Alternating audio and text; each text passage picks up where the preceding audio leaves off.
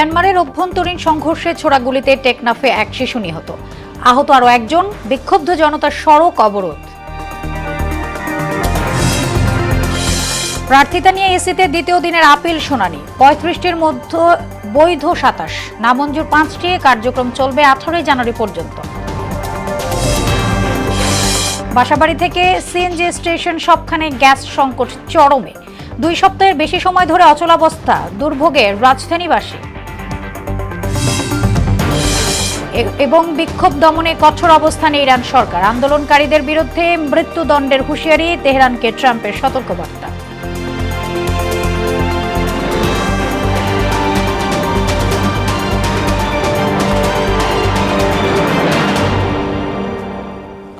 আসসালামু আলাইকুম, স্বাগত মোহনা সংবাদে। এতক্ষণ শুনছিলেন শিরোনাম, আর পুরোটা সংবাদ জুড়ে আছে আমি সোনিয়া ইসলাম।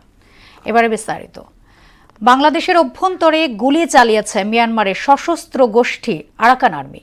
এতে হুজাইফা সুলতানা আফনান নামে এক শিশু নিহত হয়েছে।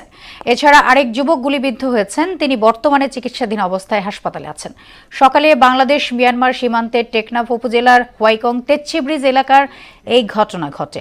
এতে এলাকায় উত্তেজনা ও আতঙ্ক ছড়িয়ে পড়ে। এই ঘটনায় বিক্ষুব্ধ জনতা সড়ক অবরোধ করে বিক্ষোভ করেছেন। বৃহস্পতিবার থেকে কক্সবাজারের টেকনাফের ওপারে মিয়ানমারের রাখাইনে থেমে থেমে চলছে গোলাগুলি। দর্শক, এই বিষয়ে আরো জানাতে টেকনাফ থেকে যুক্ত হচ্ছেন সহকর্মী আফসার কবির আকাশ। আমরা চলে যাচ্ছি তার কাছে। আকাশ, যেমনটা শুনছিলাম বৃহস্পতিবার থেকে দফায় দফায় সংঘর্ষ হচ্ছে, টেকনাফের এই মুহূর্তে কি পরিস্থিতি আপনি দেখছেন জানাবেন। শুনিয়ে আপনাকে ধন্যবাদ। শুনিয়ে আপনাকে একটা বিষয় জানিয়ে রাখি, দীর্ঘ 1 বছর মিয়ানমার অভ্যন্তরের বিদ্রোহী গোষ্ঠীর সংগঠনের গোলাগুলি বন্ধ ছিল। গত 8 জানুয়ারি বৃহস্পতিবার থেকে মিয়ানমারের অভ্যন্তরের যে বিদ্রোহী সংগঠনের মধ্যে পুনরায় সংঘর্ষ শুরু হয়। উক্ত সংঘর্ষের জেরে কক্সবাজারের টেকনাফের যে সীমান্তবর্তী স্থানীয় রয়েছে তারা আতঙ্কে রয়েছে। কারণ তাদের অভ্যন্তরে যে গোলাগুলি হয় সে গোলাগুলির যে বোমা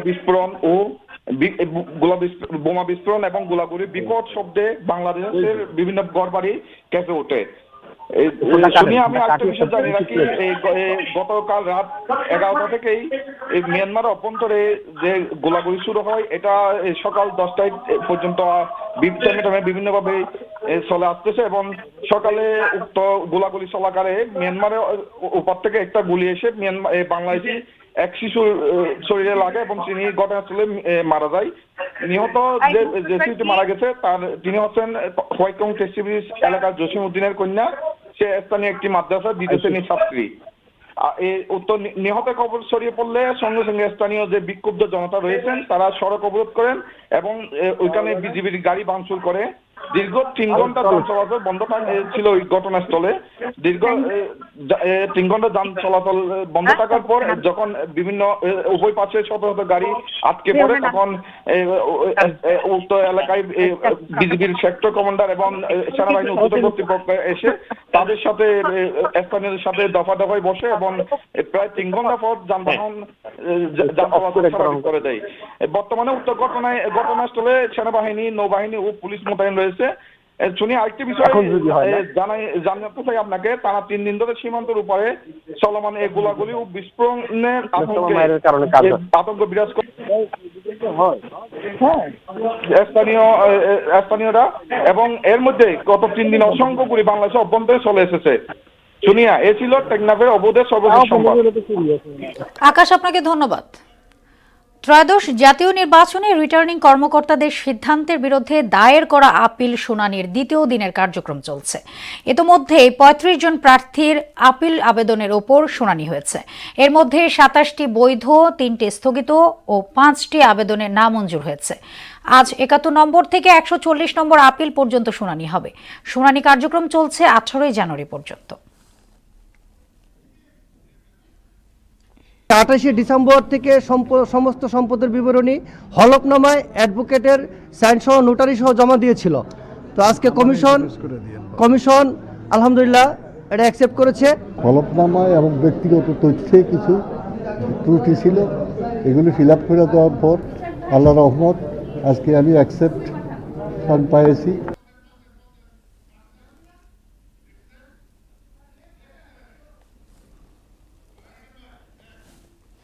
জুলাই আগস্টে মানবতা বিরোধী অপরাধ মামলায় সজীব ওয়াজেদ জয় ও সাবেক আইসিটি প্রতিমন্ত্রী জুনায়েদ আহমেদ পলকের বিরুদ্ধে অভিযোগ গঠনের বিষয়ে শুনানি চলছে। আন্তর্জাতিক অপরাধ ট্রাইব্যুনাল 1-এর চেয়ারম্যান বিচারপতি মোহাম্মদ গোলাম মুর্তজা মজুমদারের নেতৃত্বাধীন বিচারিক প্যানেলে এই শুনানি হয়। এই মামলায় তাদের বিরুদ্ধে ফরমাল চার্জ গঠনের জন্য প্রথমে শুনানি করবে প্রসিকিউশন। এরপর আসামি পক্ষের বক্তব্য শুনবেন ট্রাইব্যুনাল। যদিও 14 জানুয়ারি পর্যন্ত সময় চেয়েছেন পলকের আইনজীবী লিটন আহমেদ।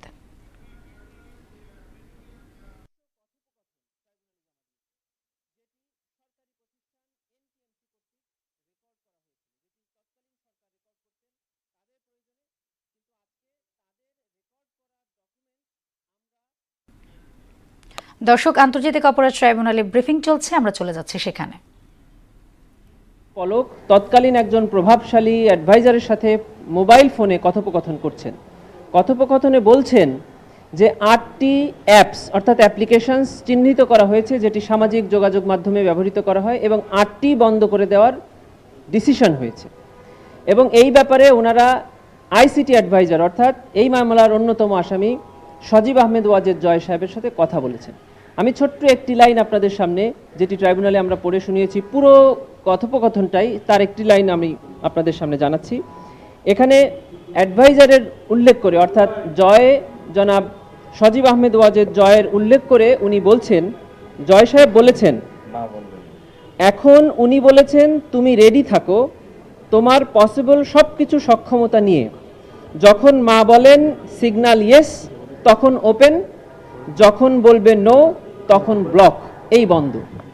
এরকম অসংখ্য কথোপকথন থেকে দেখা যায় যে তৎকালীন সরকারের এই দুজন দায়িত্বশীল ব্যক্তি যারা এই মামলার আসামি, তারা পরিকল্পিতভাবে এই গণঅভ্যুত্থানে নিরীহ নিরস্ত্র ছাত্র জনতার উপরে নির্যাতন এবং নিপীড়ন চালানোর উদ্দেশ্যে ইন্টারনেট পরিষেবা বন্ধ করেছিলেন। শুধু তাই নয়, তারা তৎকালীন সরকারকে ক্ষমতায় টিকিয়ে রাখার জন্য শেষ পর্যন্ত 5ই আগস্ট পর্যন্ত এই ইন্টারনেট বন্ধ রেখেছিলেন। এই ইন্টারনেট বন্ধ রাখার জন্য সরকারি চিঠি, নথি উপাত্ত আমরা সবই ট্রাইব্যুনালে জমা দিয়েছি। আজকে প্রসিকিউশনের পক্ষ থেকে চার্জ হিয়ারিং সমাপ্ত হয়েছে। আগামী 15ই জানুয়ারি অর্থাৎ বৃহস্পতিবার আসামি পক্ষের ডিসচার্জ হিয়ারিং হবে। তারপরে অভিযোগ গঠন হবে কিনা সেই সিদ্ধান্ত ট্রাইব্যুনাল নেবে। টাইম ভাই, এখানে ভূতাপেক্ষা একটা অর্ডার যেটা 18ই জুলাই তারা বিটিআরসিকে নির্দেশনা দিছে, কিন্তু 20 জুলাই ব্ল্যাক আউট করছে। তার মানে আগেই তারা বন্ধ করে দিছে, পরে জানাইছে যে কেবল পড়ে গেছে দেখে। সেই বিষয়টা যদি একটু বলতেন। প্রথম দিকে ইন্টারনেট স্লো করে দেওয়া হয়, তারপরে সম্পূর্ণ বন্ধ করা হয়। এরপরে আমরা এই মামলার আসামি জুনায়েদ আহমেদ পলক সাহেবকে দেখেছি, অসংখ্য তার স্টেটমেন্ট আমরা জমা দিয়েছি। উনি একবার বলেছেন ইন্টারনেট বন্ধ হয়নি, ইন্টারনেট বন্ধ হয়ে গেছে। আবার উনি যাচ্ছেন সেতু ভবনে, যেখানের সাথে এই ইন্টারনেটের ডেটা যেখানে থাকে তার কোনো সম্পর্ক নাই। সেতু ভবন পুড়ে যাওয়ার পরে ওনারা বলছেন সেতু ভবন পুড়ে গেছে, এখন আর দেওয়া যাচ্ছে না। আবার সেতু ভবন ওই পোড়া অবস্থায় আবার আমরা দেখছি কিছুদিন পরে ইন্টারনেট কিছুক্ষণের জন্য চালু হয়েছে, আবার ওনারা বন্ধ করেছেন। এই কথোপকথন থেকেই দেখা যায় যে ওনারা পরিকল্পিতভাবে বন্ধ করেছিলেন।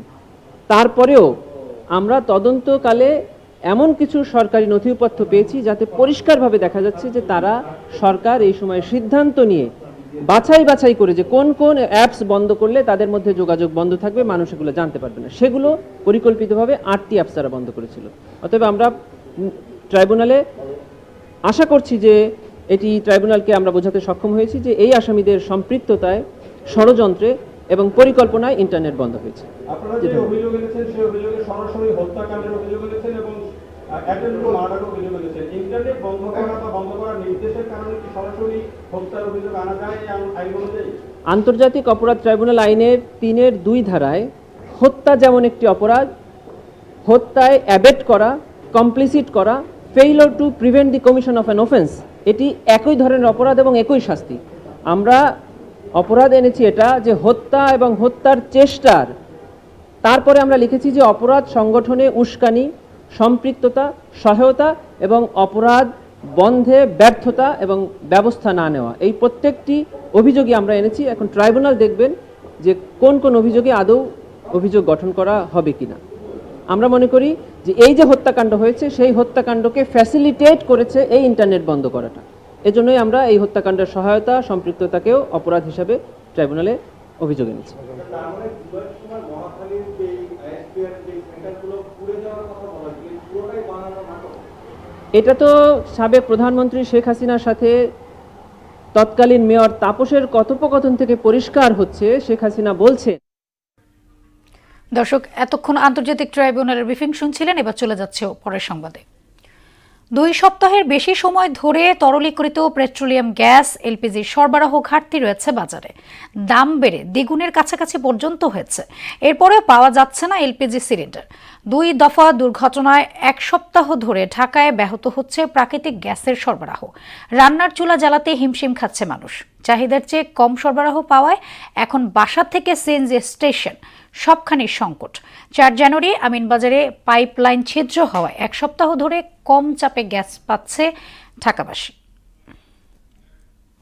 গ্যাস সংকটের বিষয়ে জানাতে রাজধানীর সিএনজি স্টেশন থেকে যুক্ত হচ্ছেন সহকর্মী উষা ফেরদৌস। আমরা চলে যাচ্ছি তার কাছে। উষা, সিএনজি স্টেশনগুলোর চিত্র এই মুহূর্তে কি দেখছেন জানাবেন।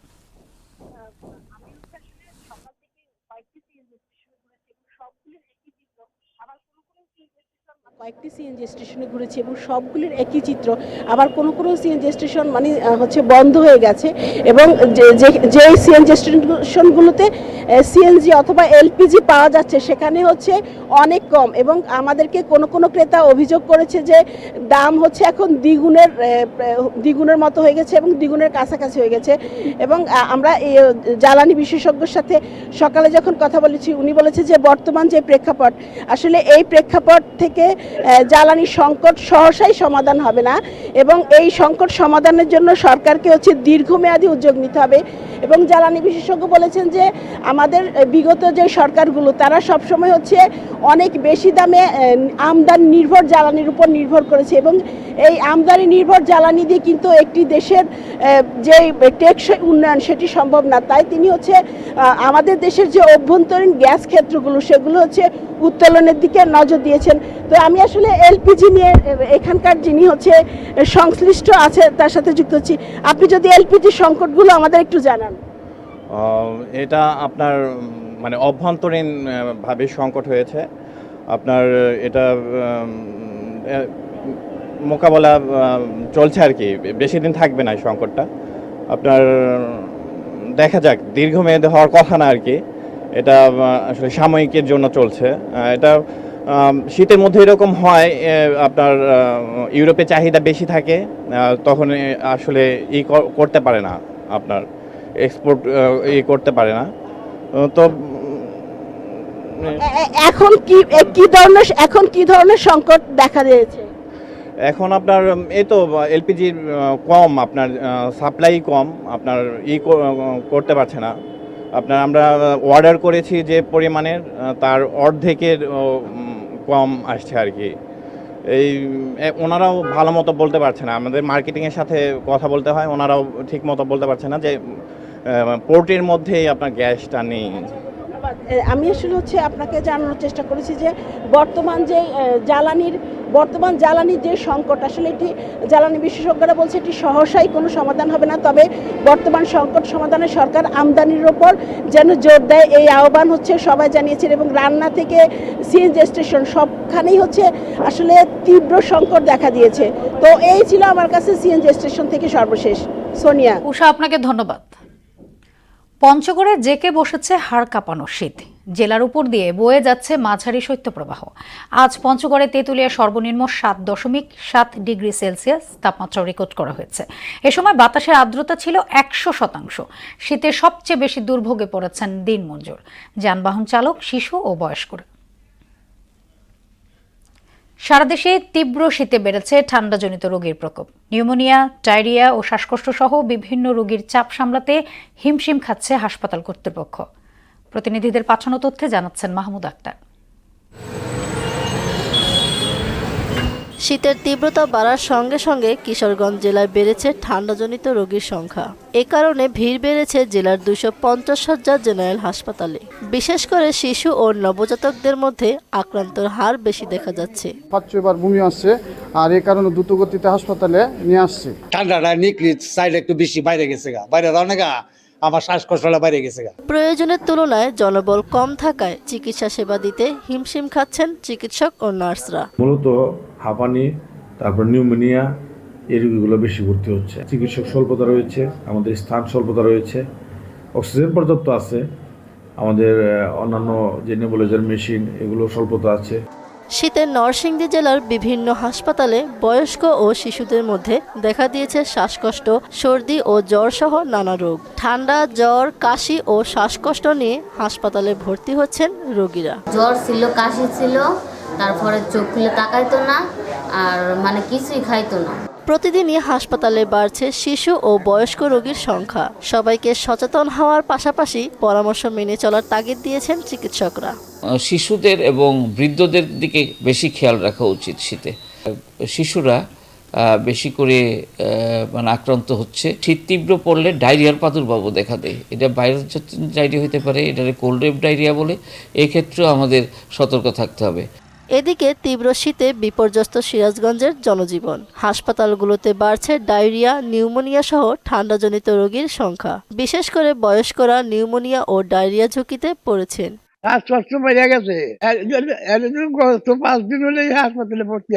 শীতকালে শিশু ও বয়স্কদের বাড়তি যত্ন নেওয়া, গরম পোশাক পরিধান, বিশুদ্ধ পানি পান এবং প্রয়োজন ছাড়া বাইরে না যাওয়ার পরামর্শ দিয়েছেন স্বাস্থ্য বিশেষজ্ঞরা। বয়স্করা বা শিশুরা তারা প্রয়োজন ছাড়া বের হবে না। মাহমুদা আক্তার, মোহনা সংবাদ।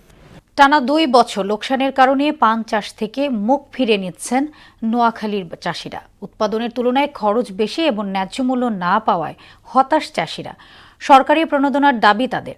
মাঠ পর্যায়ে পরামর্শ দিয়ে সহায়তা করছে কৃষি বিভাগ। মোহাম্মদ সেলিমের প্রতিবেদন, জানাচ্ছেন তাহসিন তারিন।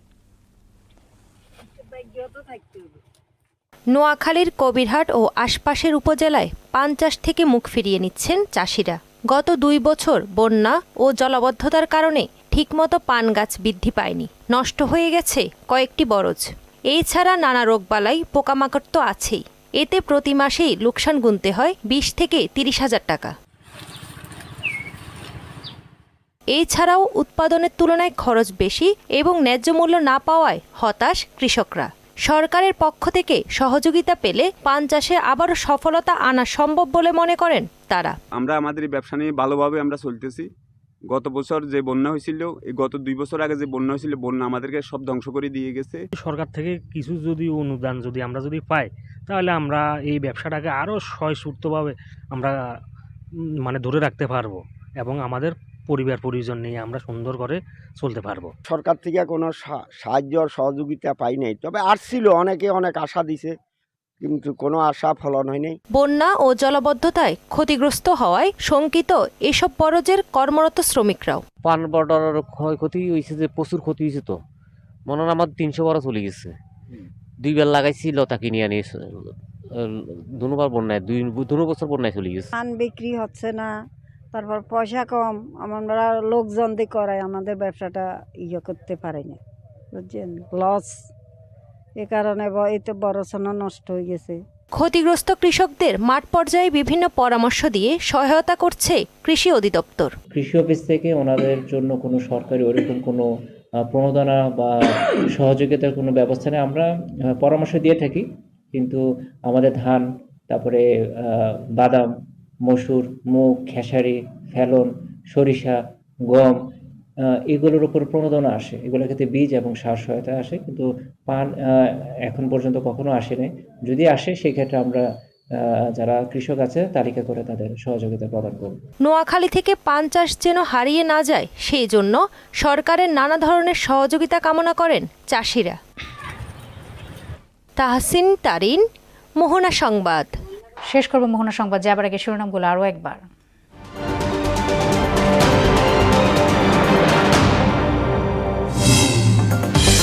মিয়ানমারের অভ্যন্তরীণ সংঘর্ষে ছোড়া গুলিতে টেকনাফে 1 শিশু নিহত, আরও আহত 1 জন। বিক্ষুব্ধ জনতার সড়ক অবরোধ। প্রার্থীদের নিয়ে ইসিতে দ্বিতীয় দিনের আপিল শুনানি। 35টির মধ্যে বৈধ 27, নামঞ্জুর 5টি। কার্যক্রম চলবে 18 জানুয়ারি।